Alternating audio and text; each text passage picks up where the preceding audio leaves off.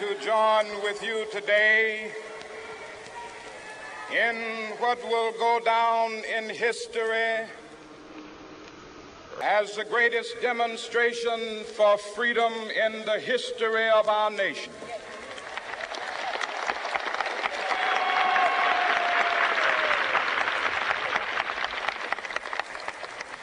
Five score years ago,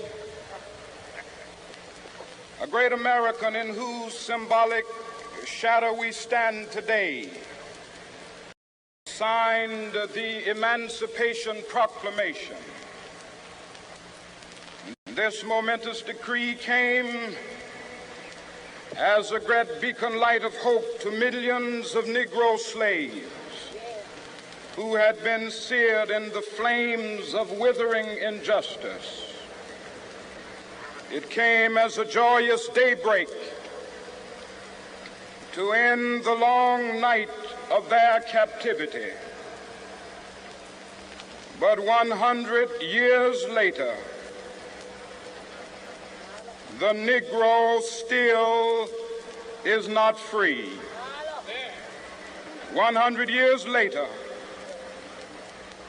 the life of the Negro is still sadly crippled by the manacles of segregation and the chains of discrimination. 100 years later, the Negro lives on a lonely island of poverty in the midst of a vast ocean of material prosperity. I have a dream that one day this nation will rise up and live out the true meaning of its creed. We hold these truths to be self-evident, that all men are created equal.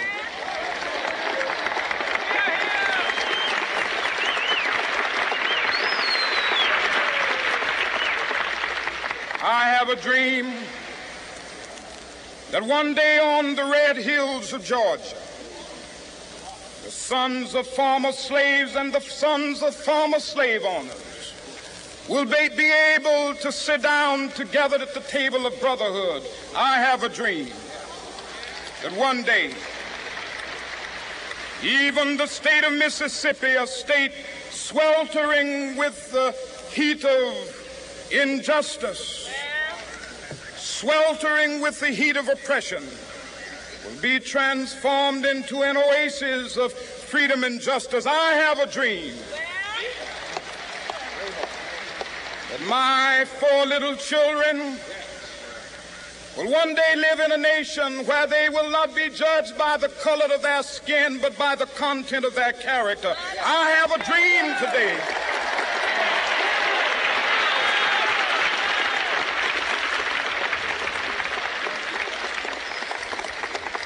I have a dream that one day down in Alabama, with its vicious racists, with its governor having his lips dripping with the words of interposition and nullification, one day right there in Alabama, little black boys and black girls will be able to join hands with little white boys and white girls as sisters and brothers. I have a dream today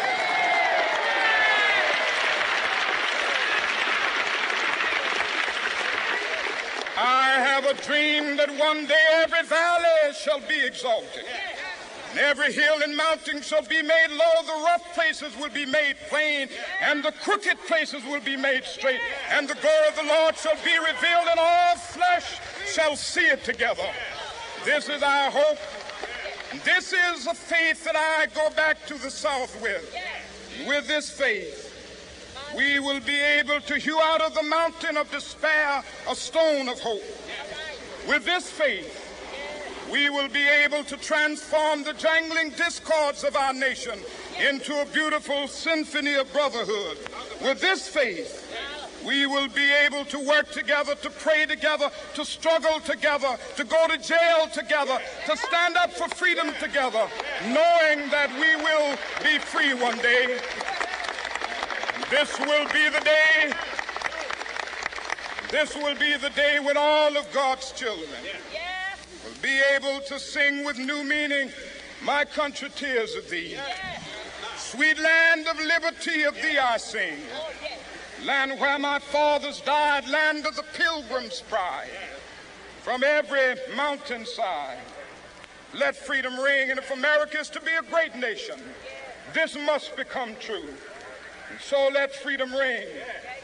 From the prodigious hilltops of New Hampshire, let freedom ring.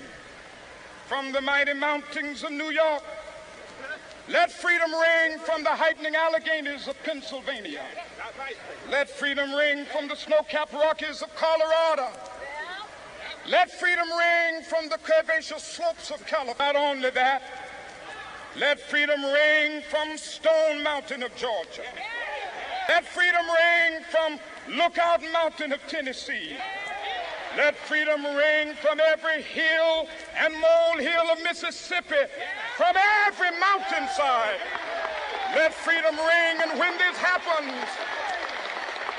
when we allow freedom to ring, when we let it ring from every village and every hamlet, from every state and every city, we will be able to speed up that day when all of God's children, black men and white men, Jews and Gentiles, Protestants and Catholics, will be able to join hands and sing in the words of the old Negro spiritual. Free at last, free at last.